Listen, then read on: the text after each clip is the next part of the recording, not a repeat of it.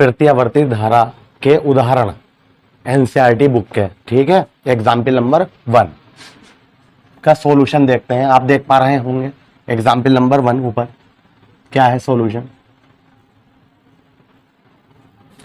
देखो हम पढ़ रहा हूं, देखिए आप लिखा हुआ स्क्रीन पर, एक विद्युत बल्ब 220 वोल्ट आपूर्ति पर 220 वोल्ट, तो V बराबर क्या आ गया 220 वोल्ट।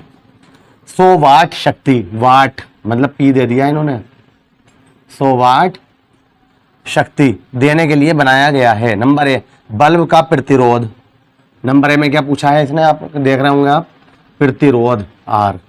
नंबर बी शिखर वोल्टा, स्रोत की शिखर वोल्टा। नंबर सी बल्ब में प्रवाहित होने वाली आरएमएस धारा ज्ञात कीजिए। 3 चीजें पूछी, हम एक एक करके करते हैं। ओके, तो आर बराबर क्या, तो आपको याद होगा मैंने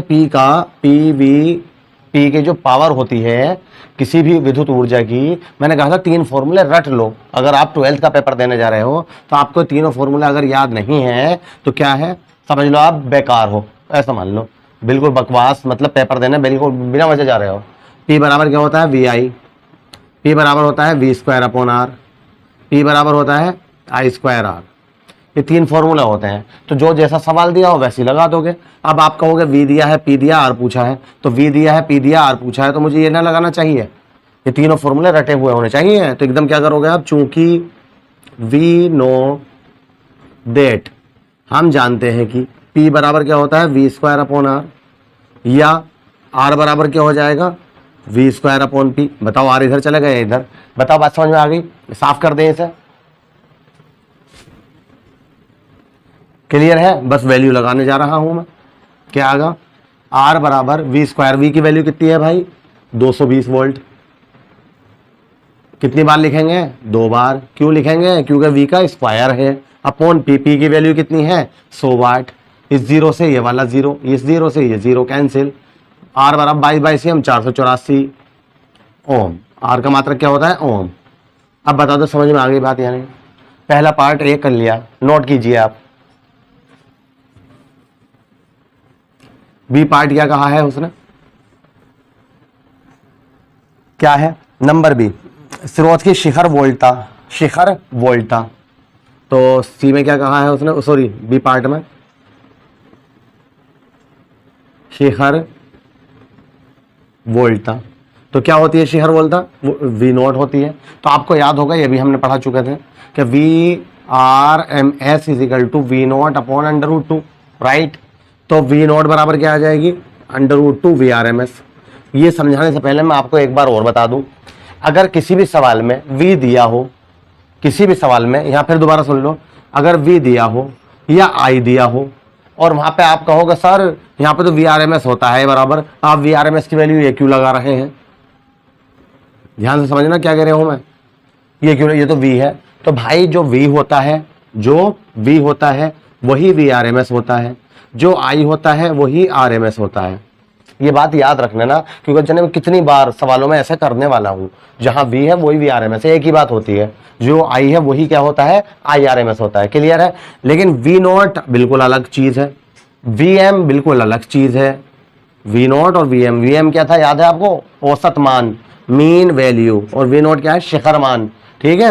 ये दोनों अलग अलग बातें हैं, इसकी वैल्यू ये होती है, आपको याद करवाया था हमने, इसकी वैल्यू अलग निकलती है ना, VM बराबर 2/पाई V नोट, याद है। इसी प्रकार IRMS मतलब I नोट अलग होता है और IM अलग होता है। लेकिन अगर कहीं पे V लिखा हुआ है तो समझ लो वही क्या है VRMS है, कहीं पे I लिखा हुआ है तो समझ लो वही क्या है IRMS है। अगर I लिखा हुआ है और हमें IRMS का फॉर्मूला याद है तो IRMS की जगह पे भाई I की वैल्यू लगा देंगे। इसी तरह से हमने क्या करा है, V की वैल्यू दी है, अब मैं VRMS की वैल्यू नहीं है तो मैं कहूंगा यही तो VRMS है, तो VRMS की जगह पे 220 लगा दिया।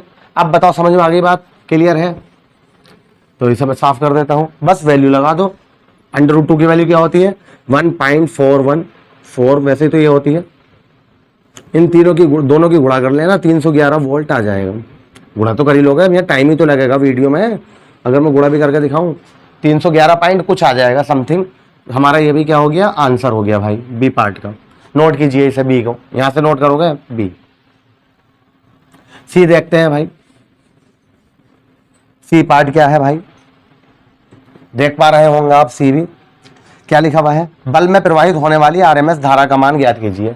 क्या पूछ ली उसने, देखो अब बात फिर वही आ गई, क्या कहा उसने, आरएमएस धारा, तो मैं आईआरएमएस नहीं लिख सकता हूं। अब इसके दो तरीके हैं निकालने का, भी आपने आर निकाला था उससे निकाल लो, चाहे आर बराबर वी अपॉन आई बराबर वी अपॉन आर, या आप ये कहोगे सर पी और वी की फॉर्मूला तो दिया है तो ये सवाल लगा दो पी बराबर वी आई, बताओ क्लियर है। तो आई बराबर क्या हो जाएगा, P upon V, very good. तो पी की वैल्यू कितनी है 100 वाट, वी की वैल्यू कितनी है 220, ठीक है, इस जीरो से जीरो कट गया, 2 ही कम 2, 2 ही कम 2, 2 पंजे 10, आई बराबर क्या आ गया 5/11। चाहो तो आप यहाँ पे छोड़ दो, अगर आंसर बुक से मिलाना है अपनी एनसीईआरटी बुक से तो उससे मिला लो, 0.45 आ रहा है, ठीक है। देखो पॉइंट लगा के जीरो लगा लिया, 11 चौक 44, वेरी गुड। कितने बचे 6, फिर पॉइंट तो लगे हुए हैं, जीरो फिर बढ़ गया 60 हो गए, 11 पंजे 55, तो आई बराबर क्या आ गया भैया 55, फिर कितने बचे 5, फिर 50 हो गया, 11 चौक 44। अगर बिल्कुल एक्यूरेट मिलाना चाह रहे हो किताब से ही, किताब में ये दिया है एनसीईआरटी में, ठीक है। वैसे तो आप 0.45 भी छोड़ सकते हो। ये बताओ बात समझ में आ गई या नहीं। अगर किसी बच्चे को लगे सर इससे ना कर रहे हैं हम, हमें अच्छा लग रहा है फॉर्मूला, हम तो इससे करते हैं, आई बराबर वी अपॉन आर, ओम का नियम है, वी बराबर आई आर, तो वी की जगह पर 220 बिल्कुल सही है, और आर की वैल्यू अभी क्या लगाई थी हमने 484, याद आ रहा है कुछ, उससे कर लो, बिल्कुल आंसर यही आएगा। क्लियर हो गई बात, नोट कीजिए आप सी भी।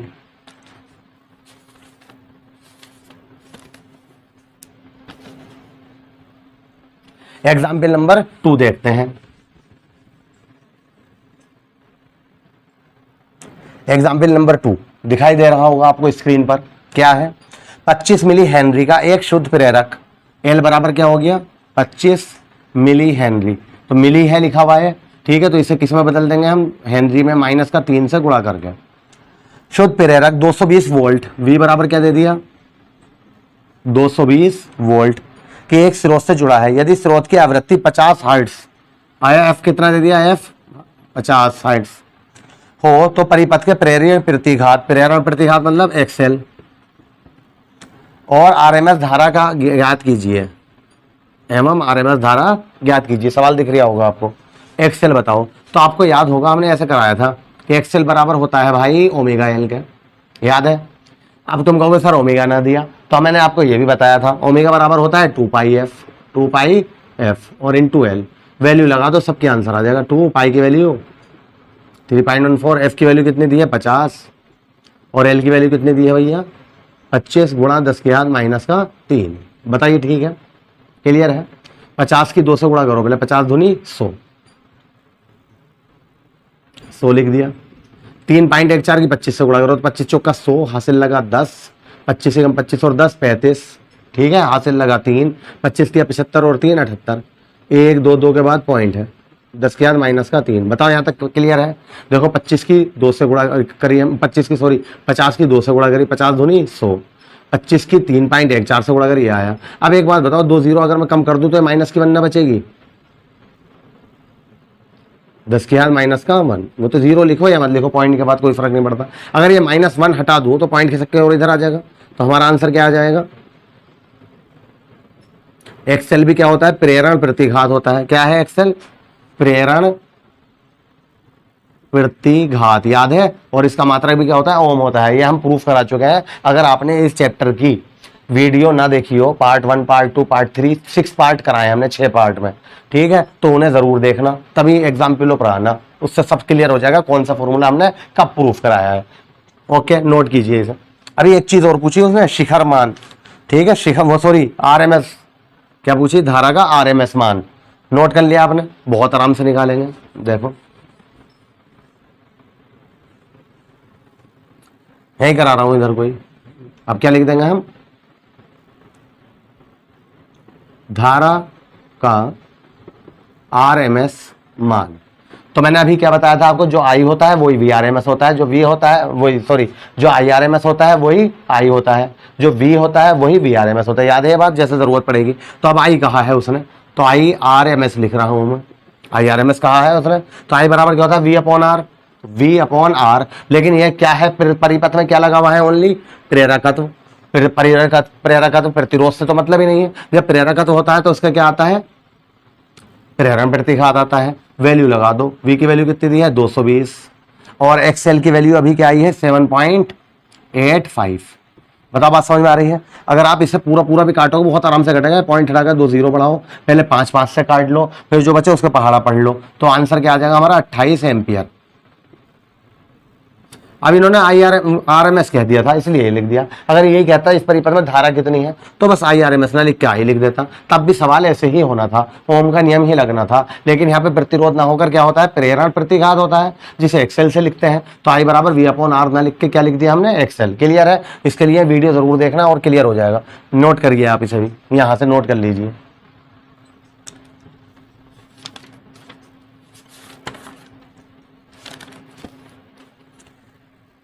एग्जाम्पल नंबर 3,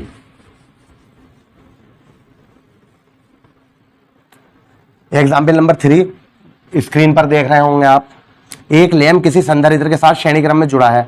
डीसी एवं ऐसी संयोजनों के लिए अपने प्रेक्षणों की पूरी जानकारी दीजिए। प्रत्येक प्रकरण में बताइए कि संधारित्र की धारिता कम करने पर क्या प्रभाव होगा।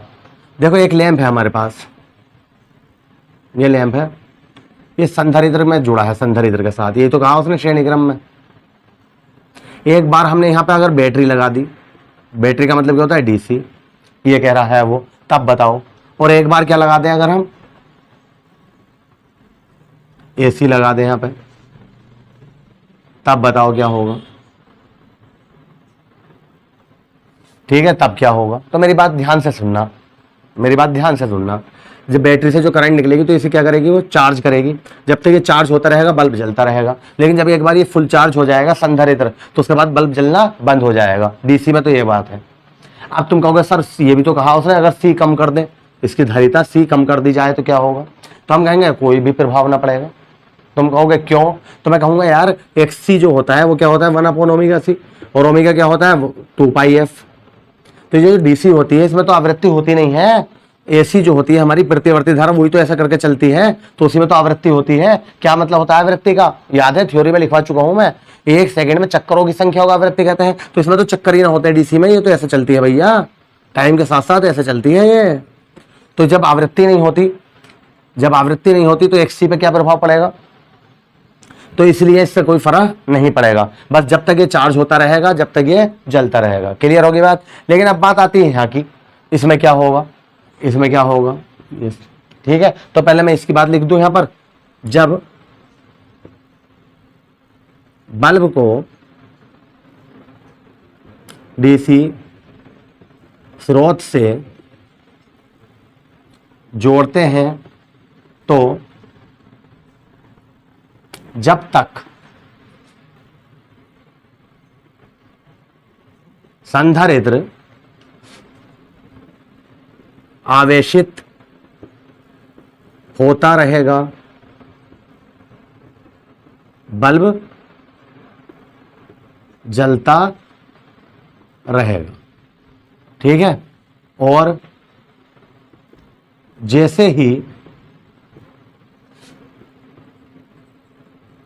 संधारित्र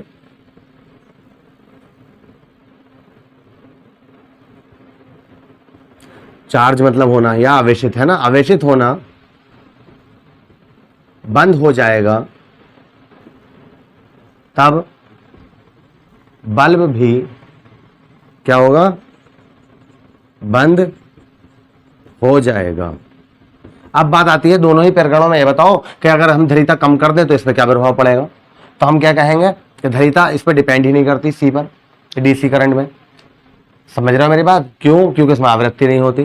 तो सी के कम कर देने पर भी बल्ब पर कोई प्रभाव नहीं पड़ेगा, क्योंकि उसमें धारितीय प्रतिघात नहीं होती है। सही है, उसमें धारितीय प्रतिघात नहीं होती है। XC बराबर क्या होता है 1/ω/c के, याद है ये वाली बात बताई थी हमने। तो C कम करो या भर्ती करो, जब XC हो गई ना उसमें, तो फिर क्या प्रभाव पड़ेगा, कुछ भी ना पड़ेगा। ये किसकी बात लिखी है हमने अब तक, पहले वाले की। इसे मैंने A पार्ट बोल दिया है और इसे क्या बोलते हैं बी। यहां तक बताओ क्लियर हो गया? तो आप पहले एक काम करो, दोनों डायग्राम बना लो, सॉल्यूशन और समझ में आ जाएगा अच्छे से, ठीक है। और ये थ्योरी उतार लो ए की, अभी बी की भी लिखवाऊंगा, नोट कीजिए आप पहले।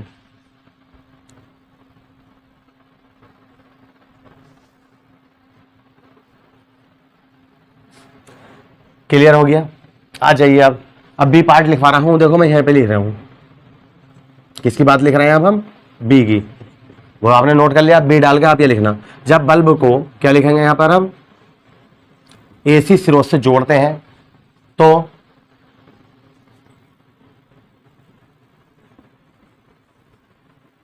चलो यहां से लिखें, तो बल्ब जलता रहेगा, परंतु सी का मान घटाने पर धारितीय प्रतिघात एक सी बराबर क्या होता है? 1/ओमेगा सी। यह खुद ही बताओ मुझे, जब मैं सी का मान कम कर दिया तो ये बढ़ेगा या नहीं बढ़ेगा? बढ़ेगा, वेरी गुड। देखो एक दूसरे को उल्टे होते हैं, सी का मान कम कर दिया तो ये बढ़ेगा, सी का मान ज्यादा करता तो ये घटेगा, ये तो मतलब होता है। तो प्रतिघात का मान बढ़ जाता है। और एक बात बताओ, प्रतिघात हो या प्रतिरोध हो, इनका काम क्या होता है? धारा कमान में रुकावट पैदा करना। जब इसकी वैल्यू बढ़ जाएगी एक सी की, तो वो धारा कमान में ज्यादा से ज्यादा रुकावट करेगा, और जब धारा इसमें कम पहुंचेगी तो ये कैसा चलेगा? कम हो जाएगी इसकी रोशनी, ठीक है। तो बढ़ जाता है, जिस कारण बल्ब कम दीप्ति से जलेगा। अब बल्ब कैसा जलेगा? कम दीप्ति, दीप्ति मतलब कम रोशनी से, कम प्रकाश से, है ना। दीप्ति अगर अच्छा लग रहा हो तो क्या लिख सकते हो यहाँ पे? कम प्रकाश से, मतलब गिलो क्या देगा? वो कम देगा। आप क्लियर हो गई बात? नोट कीजिए आप भी पार्ट डाल के, पूरा चित्र आप बना ही चुके हैं दोनों, है ना। नोट कीजिए,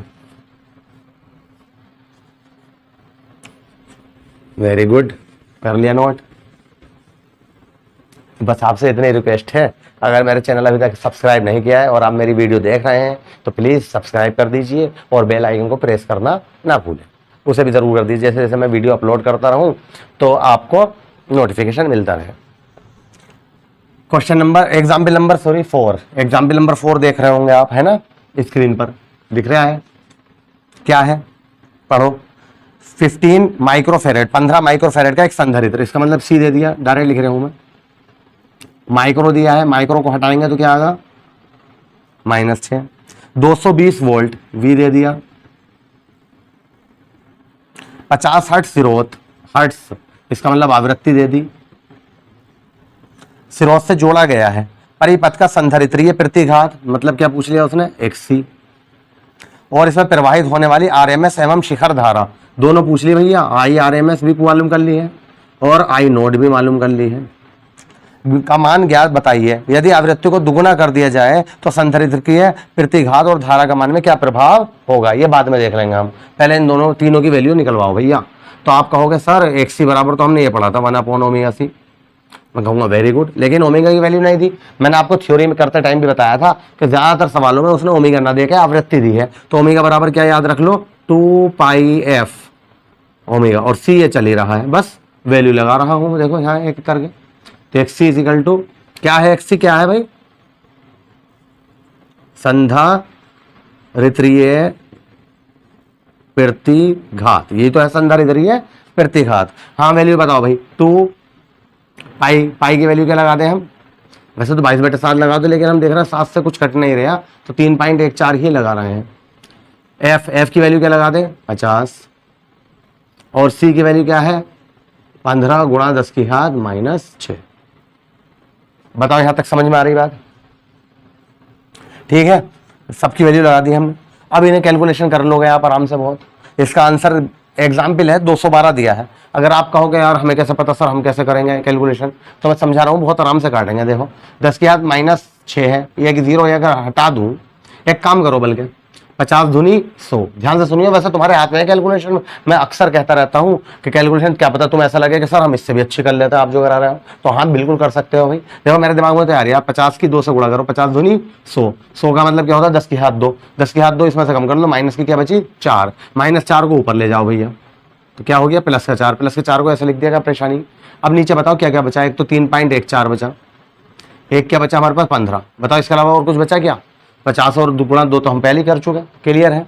हाँ भाई देखो 5 से काट रहे हैं, 5 दिया 15, 5 दूनी 10, ठीक। अब मैं इसे 3 मान के 3 दिया 9, 9 मान के इसे काटूंगा, तो 9 दूनी 18, समझते रहे ना, 9 दूनी 18 कितने बचे 20, फिर कितना होगा यहाँ पे 9 दूनी 18, 2 बचे 9 दूनी 18, फिर कितना होगा 9 दूनी 18, 222, पिता में तो 212, तो हमारा थोड़ा सा आंसर क्यों आ रहा है, क्योंकि 3.14 है, 3.14 हम इसे 3 मानना है, समझ रहे हो मेरी बात। तो अगर हम इसे 3.14 ही मान के काटे तो यहाँ 2 की जगह बस क्या आएगा 1 आ जाएगा, xc बराबर 212। कैलकुलेशन कर लेना, और है ना 3 की इससे गुणा करना या 3 से, और अच्छा बताऊं करके कि 3 से भैया इसे भी काट दो, 3 छंग 18 ऐसे तो आ रहा है, कितना बचा 2 20 होगा, 3 छंग 18, 3 छंग 18 पॉइंट लगा के 0, 3 छंग 18 ऐसे आता रहेगा। अब 3.14 से इसे काटना, तो 3.14 से जब इसे काटोगे तो क्या आ गया 212। बात समझ में आ गई या नहीं, सही है। तो हमारा आंसर आ गया xc बराबर, नोट कीजिए आप इसे पहले वाले को, xc की वैल्यू निकाल दी हमने।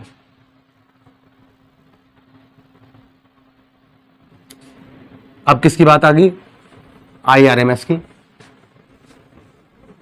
तो इसी साइड में करा देता हूं, है ना, नोट तो कर ही लिया आपने वो तो।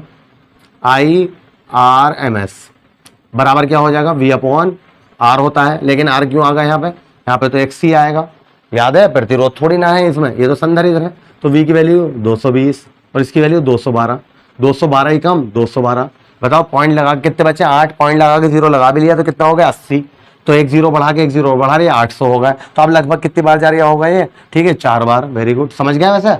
तो IRMS बराबर क्या आ गया हमारे 1.04। लो भैया दूसरा भी आ गया, तीसरा सुन लो। अब तीसरे में क्या कहा था उसने I नोट, तो अब हम क्या लिखेंगे, ये क्या था धारा RMS में, ये था। अब उसने क्या पूछा शिखर मान, तो I नोट बराबर क्या होता है, फिर वही हिसाब लगाओ, IRMS बराबर होता है I नोट अपॉन √2, यही तो होता है। तो I नोट बराबर क्या हो गया √2 IRMS, √2 की वैल्यू 1.414, IRMS की वैल्यू 0.4, तो थोड़ा सा हिसाब भी लगा लो यार, ये 1 पॉइंट के बाद 0 है तो 1 ही तो मान सकते हैं हम इसे, तो 1 की इससे मल्टीप्लाई कर दो तो 1.4 ही तो आ जाएगा, देख ले आंसर, ठीक है देखो बिल्कुल सही है 1.47, बुक में क्या दिया 1.47 आगे तक, बिल्कुल इन्होंने तो भैया कैलकुलेटर से करी, कैलकुलेटर से करोगे यही, लेकिन मैं पहले ही बता चुका हूं आपको हमारी कैलकुलेशन बिल्कुल सही है, पूरे नंबर मिलते हैं, पॉइंट के बाद अगर हमारा एक अंक सही आता है दूसरा अंक खराब भी आ जाता है वैसे तो कोई फर्क नहीं पड़ता है, हमारा आंसर बिल्कुल सही है। तो तीनों पार्ट करा चुका मैं इसका, XC भी पूछा था उसने, IRMS भी और I नोट भी, लेकिन इससे आगे एक सवाल और दिया, नोट करो पहले आप इसे भी,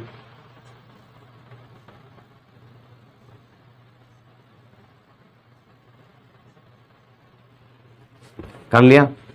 आप देखो क्या गया था उसने आगे, देख रहे होंगे आप लिखा हुआ, क्या देख रहे हैं, यदि आवृत्ति को दुगुना कर दिया जाए तो संधारित्र प्रतिघात और धारा के मान में क्या प्रभाव पड़ेगा, ये तो कहा उसने, देखो ये लिख रहा हूं मैं, यदि आवृत्ति